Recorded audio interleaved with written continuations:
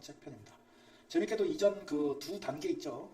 실내에서 교육하고 그 다음에 그 계단실이나 뭐 이런 데서 진짜 교육을 꼼꼼하게 하잖아요. 그런 가정하에 실전 산책을 하기 시작하면은요 굉장히 수월해요. 뭐 해야 되지? 하는 느낌이 들 정도로 어려움이 없어요. 실내에서 계단실에서 열심히 하면은요 밖에 나가면 평타 이상은 합니다. 다. 아직 이건 통계적인 거예요. 제 경험상 원격교육으로 재활하는 경우 되게 많거든요. 근데 통계상 문제되는 경우가 단 한 건도 없었어요. 사람들이 이제 잘하면 어떡하는 줄 아세요? 무조건 넓은 공간으로 가려고 그래요. 좋은 공간으로 가려고 그래요. 그래서 어디 가냐면 애견 운동장, 그죠? 그럼요. 그리고 뭐 진작부터 가뒀어. 큰뭐 저기 뭐 공원, 일산으로 따지면 이제 호수공원 이런 데로 가요. 처음부터. 그러면 절대 안 됩니다. 자, 어디서 해야 되냐? 동방 카페 빨리 가보고 싶고. 맞아요. 동방 카페. 그죠? 그리고 뭐 밥 먹으러 가고. 네, 엄청 그죠? 가고 싶어요. 절대로 가면 안 돼요. 자, 그럼 어떻게 해야 되냐? 집 주변 위주로 산책을 해야 됩니다. 집 주변 위주로. 절대 한 번에 산책 범위 확장하는 거 안 됩니다. 이게 있잖아요. 어떤 애들은 한 번에 산책 범위를 확장해도 잘하는 애들이 있어요. 있죠. 근데 만에 하나라는 게 있어요. 만에 하나라는 게. 그렇기 때문에 천천히 점진적으로 확장을 해나간다 라는 거죠. 아시겠죠? 마찬가지로 집 주변 위주로 산책을 하시되 이전에 배운 우리가 3단계 교육 있죠. 3단계 교육 방향전환 이거 실시를 합니다.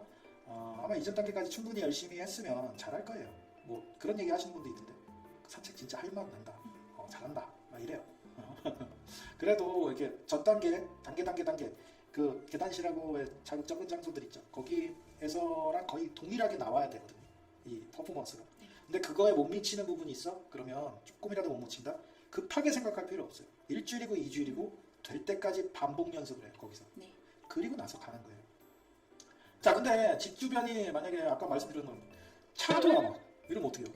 막 사람들 겁나 다녀. 종로 상가 막 나가려고 그러면 사람들 막 겁나 다녀. 막 이러면은 어떻게 할까? 대문으로부터 어떤 절대거리가 우선이라기보다는 네.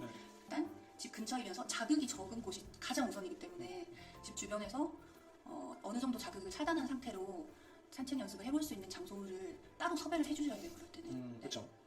미리 섭외를 해두고 거기까지 이동해서 되도록 가까운 게 좋겠죠? 빠르게 뭐 다른 거 하지 않고 바로 이동해서 그 자리에서 이제 방향전환 연습을 시작하는 거죠.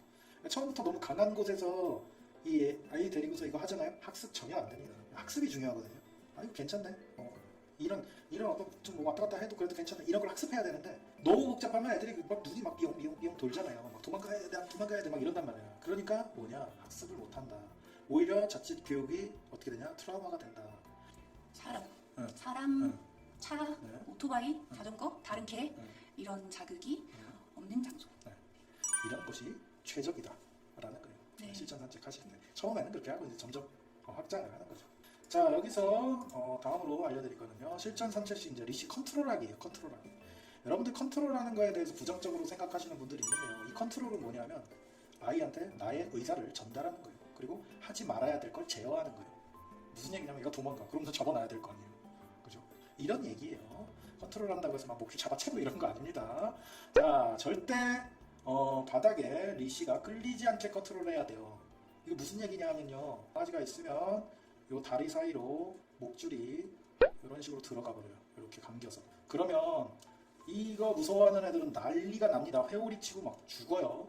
이런 거 안 된다라는 거예요. 이게 생각보다 안 되시는 분들이 많아요. 그래서 길거리에서 보면 엉켜가지고 막 난리치고 그러다가 잃어버리는 경우 많이 봤거든요. 그래서 설명을 좀 디테일하게 드리는 거예요. 자, 무슨 얘기냐. 강아지가 여기 있어요. 잡아보세요. 자, 아까 1번부터 설명을 해드릴게요. 가까이 와보세요. 오면 이렇게 들어줘요. 그쵸? 그 다음에 멀어지면 내려줘요. 그러면 배 밑으로 안 들어간단 말이에요. 근데 가만히 있어 볼게요. 내가 손을 안 움직이고 가까이 와보세요. 이게 줄이 밑으로 뚝 떨어지잖아요. 그러니까 다리 밑으로 들어가 버려요. 여기 막 가가지고 떠가지고 막 난리가 난다는 거예요. 그러니까 요거 주의를 해주셔야 된다는 거고요. 근데 그것도 내가 어렵겠다. 그러면 이렇게 잡고 가까이 와보세요. 이걸 당겨줘요. 이쪽 줄. 다시 멀어져보세요. 자, 여기서 가까이 와보세요. 내가 이렇게 당겨. 그러면은 낭창낭창 밑으로 떨어지지 않죠. 다시 당겨보세요. 자, 가까이 오세요. 근데 가만히 있어. 그럼 이렇게 밑으로 내려가는 거야. 그럴 때 어떡하냐. 이걸 이렇게 당겨서 컨트롤을 해주면 된다라는 거예요.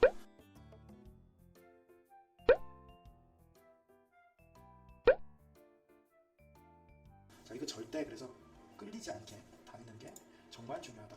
자, 그 다음에 뭐냐. 강한 컨트롤은 절대 금지. 어디 이제 인터넷에서 보니까 얘가 도망가면 줄을 끌면 목줄을 확 잡아 당겨라 이런 거 이제 하시는 분들이 있어요. 근데 유기견 친구들 중에 겁 많은 애들은 가뜩이나 자극이 많아가지고 막 부릉부릉 하잖아요. 도망가려고. 근데 거기에 내가 줄 탁 채잖아요.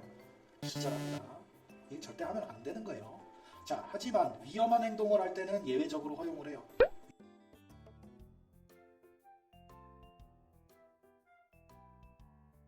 자, 그 다음에 세 번째는 뭐냐. 리콜 배운 적 없어요, 얘네들. 가끔 가다 보면은, 설마 이 애들이 리콜에 반응하는 걸 본능이라고 생각하시는 분들이 있어요. 의외로 많은 분들이 그렇게 생각하거든요. 본능은 아닙니다. 리콜하는 거는 가르쳐야 돼요. 학습에 의해서 하는 형성되는 어떤 행동이거든요. 때문에 얘를 놓칠 우려가 있는 상황, 혹은 뭐에 막 집중해서 빠져들어 있는 상황에서는요, 뭐냐, 리콜해서 부르려고 생각하지 마세요. 이리 와, 이리 와도 어차피 이리 와 해봤자 못 오고, 야 누구야 이렇게 얘기해도 못 와요. 그럴 때는 어떡하냐? 컨트롤을 해줘야 된다라는 거예요. 자, 이때 컨트롤을 어떻게 하냐면요. 아까 전에 이렇게 땡기는 비왜 그 설명드렸잖아요. 쭉 땡겼다가 이렇게 놓고, 쭉 땡겼다가 놓고 이렇게 한다 그랬죠. 이게 아니라 이때 컨트롤 스냅 컨트롤이에요. 툭, 툭 이런 느낌이에요. 툭, 툭. 노크할 때 똑똑 하는 거 있죠. 뭐 이제 친구한테 저쪽 보실래요? 누구누구야 할 때 이렇게 하잖아요. 이런 느낌으로 탁탁 해서 얘한테 왜? 이런 느낌이 나게끔 컨트롤 해주시는 게 중요하다라는 거예요. 자, 이것 좀 중요합니다. 산책 룰이라 하면 뭐냐, 산책 전반에 걸쳐서 적용되는 어떤 그런 핵심적인 룰이에요. 자, 중요한 거 뭐냐, 자율성을 보장해라, 냄새 맡고 무언가에 집중하고 다 해줘야 돼요. 이거 안 돼, 나한테만 집중해야 돼 라고 하시는 분들이 있는데, 이거는 뭐냐면요, 사회성에 문제가 없는 애들한테 얘기하는 거예요. 심지어 저는 사회성이 좋은 애들한테도 이거에 대해서는 허용을 해야 된다라고 생각하는 편에 속합니다. 다만 여기서 중요한 게 있죠. 뭐냐, 리시에 장력이 생기는 순간 어떡하냐? 정지합니다. 딱 멈춰버려요. 룰이에요. 네가 냄새를 맡건 뭔 짓을 하든 상관없어. 다만 줄을 끌고 가선 안 돼. 우리 끈다고 표현하잖아요. 리시 장력 생기는 거. 그건 안 돼. 예요. 장력이 없을 때만 이동해요. 정지했다가 얘가 버티고 있을 거거든요. 그럼 나도 같이 버티고 있어요. 그러면 혼자 생각해요. 그러다 내 쪽으로 쓰고 와서 리시의 장력이 사라지면 그때 이동한다. 이렇게 생각하시면 되겠죠. 네. 선생님 그러면 네. 정리하면 리쉬의 장력이 생기지 않는 한은, 네. 리쉬가 느슨한 한은 아이가 저보다 앞서 나가도 괜찮고 네. 냄새를 맡느라고 서 있어도 괜찮고 네, 그렇죠. 그렇다는 말씀이죠? 네. 그게 이제 제가 추구하는 건강한 산책의 방법입니다. 다만 여기서 이제 추가로 리콜을 하면 내가 부르면, 그러니까 내가 나한테 와, 날 봐 라는 어떤 신호를 주면 아이가 바라볼 수 있게 하는 거.